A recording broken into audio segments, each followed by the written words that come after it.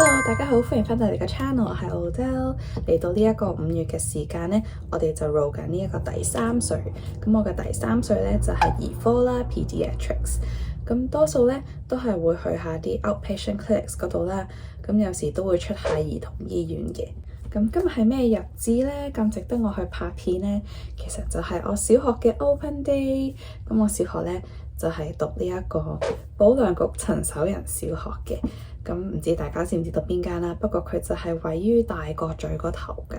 咁所以今日咧就想帶大家一齊咧去參觀下啦，同埋即係重拾下呢個兒時嘅一啲童年回憶啦。數數下都應該真係有成8至9年冇翻過去，所以今日嘅我係都幾興奮嘅，即係可以翻去啦。咁我哋事不宜遲 ，Let's go！原來我間小學係咁遠㗎，因為細個咧永遠都係 go to school by school bus 啦，所以從來咧都冇呢一個困難咧，係唔知點樣返學咯。不過我哋去食咗飯先，我個 friend 應該等緊我。終於揾到啦，喺呢間啊 ！Hello，我哋有個小學同學要意思。你記唔記得我哋係點樣識㗎？其實我唔係好記得咯。我記得。你記得啊？因為我記得係28號，跟住我我記得我哋開始 friend 係因為我嘅學號喺你前面咯，即係我哋一齊跟住喺你前面。跟住我哋有時又俾老師 assign 埋坐埋一齊，跟住就 friend 咗。跟住有一日咧係一定跟學號坐啊嘛。係啊。嗰陣時係 friend 咗。跟住我哋又一齊跳繩。哦係啊 Rosie 係哇，好耐冇跳繩。跟住成日啲 ECA 都一齊 join 咯。就係咁樣熟咗啦，然之後 friend 到而家。咁我呢個咧就係揀咗呢一個慢煮雞肉配烏冬啦，跟住係雞白湯底嚟嘅。然之後 Elise 嗰個咧係番茄湯，係番茄湯啦。跟住你最後咪揀咗叉燒團嘅，叉燒團嘅都係烏冬。你覺得啱啱嗰個拉麵好好食？好食嘅，同埋幾大，如果佢性價比幾高。佢係60蚊啦，跟住冇加一碗咯。覺得我個雞白湯其實佢真係整得好好咯，個味係好濃，同埋又唔會覺得佢太鹹啦。然之後番茄湯你覺得？我覺得都 OK 嘅，佢番茄味都幾濃嘅，幾香嘅。配料都好多咯，唯一我覺得可以做好少少係佢個烏冬嗰個質地咯。其實佢唔係我哋 expect 嗰種讚岐烏冬彈牙嗰隻啦，佢係腍啲啦，跟住扁身嘅麵啦。咁可能如果係換翻啲稻庭烏冬啊，就會好正。不過依個價錢真係我覺得 OK 嚟嘅。咁我哋而家咧就會去我哋嘅小學。出發！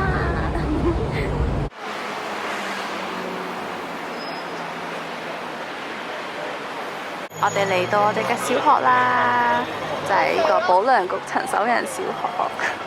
跟住咧，呢一座嘢已經好唔同咯。呢個本身係我哋游水旁，係游水嘅時候會嚟嘅地方啦。換衫係貨櫃倉嚟嘅。我哋嗰陣換衫係用啲貨櫃倉嚟換衫，之後咧佢係用啲布咁樣去遮住啦，所以咧其實外面嘅人咧係可以望到入去條罅度，望到我哋游水。係而家靚咗好多。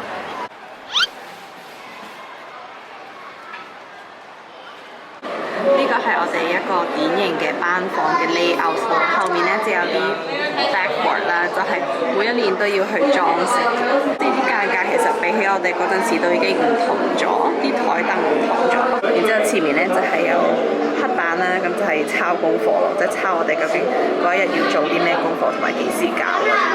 我哋竟然喺度仲揾到呢個我哋嘅足跡，因為咧12年嘅暑假啦，我就跟咗學校咧去維也納嘅一個 study trip 啦，咁係一個音樂嘅 trip 嚟嘅。然之後就影咗呢一張咁樣嘅相，然之後我就喺呢度。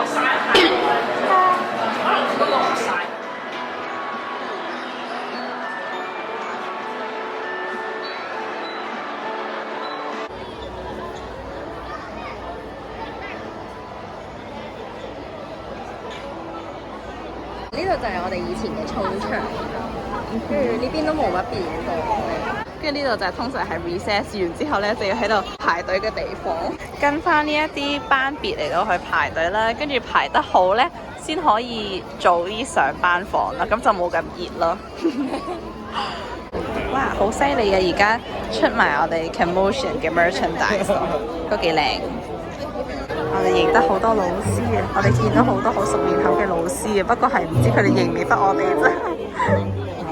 我哋呢一個 open day 就差唔多完啦，佢4點半完啦，都幾開心咯。我哋見翻我哋啲老師啊，起碼有4個老師，4、5個老師啦。跟住佢哋係認得我哋，佢哋係自己走埋嚟，跟住話：咦，我認得你啊！咁樣嗰啲咧，雖然未必嗌得我哋個名啊，但係佢會記得我哋細個嗰陣嗰啲樣啦。幾年啊，10幾年啦，仲記得我哋嘅樣咧，跟住都會 catch up 下咁樣。即係嚟到呢度其實好 warm 咯，成個感覺係陪同住係啲 memory 同埋啲人咯，都我哋都有見到我哋級嗰啲其他同學仔，雖然唔熟啦嗰陣時，但係見翻都會 say hi 咁樣，幾開心嘅，即係唔知下次幾時有時間再嚟。咁啊係啊，其實係即係講緊時間，我哋係好耐都夾唔到時間嚟 open day 咯，係真係今次咁啱夾到時間嚟就好咯，所以係咯。一如既往嘅我咧，翻到嚟屋企咧，就當然要做下嘢啦。咁 pediatrics 嚟講咧，其實都多嘢讀啦，因為始終小朋友常見嘅一啲疾病咧，同大人係都幾唔同啦。即係好多時可能係一啲先天性嘅疾病會比較多啲啦，大人嘅話就可能會係一啲退化嘅病會較多啦，或者有時可能同一個病，但係佢哋嘅成因會唔同咯，即係小朋友同埋喺大人入邊。咁所以咧，讀嘅嘢咧就係好似另一套，好似係重新要再讀過咁樣樣咯。所以喺 Take Pediatric History 入邊咧，又係另一個境界，即係都多嘢問嘅。係由媽咪可能大肚嘅時候啦，究竟有冇接觸過一啲咩特別嘅嘢啦，食過啲咩藥物啦，或者媽咪本身有冇啲長期病患啦，去到生小朋友嗰一刻啦，會唔會話有啲咩併發症啊？會唔會話要開刀啊？定係順產生啊？會唔會話出現一啲缺氧嘅情況啊？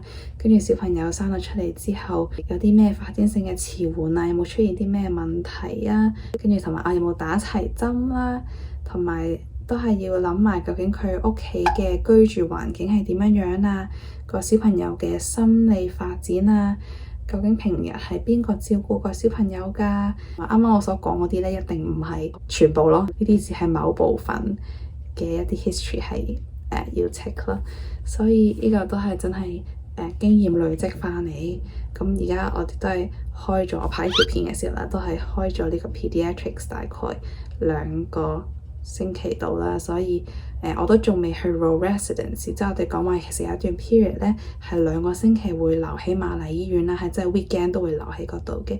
咁就係會跟晒所有醫生嘅 rounds 啦，同埋自己咧會多啲機會喺個病房入邊咧去 clerk 下 case 啊，去同小朋友有啲多啲嘅一啲接觸咯。咁所以嗰陣時就會真係會學得多好多嘢，同埋真係好似我哋話讀書之後就實踐咯。咁而家多數咧都係讀住書先。咁今日呢條片咧就嚟到呢一度啦。如果大家中意呢一類型嘅片嘅話咧，就記得 like 啦，同埋 subscribe 埋我個 channel。咁我哋下一條片再見啦，拜拜。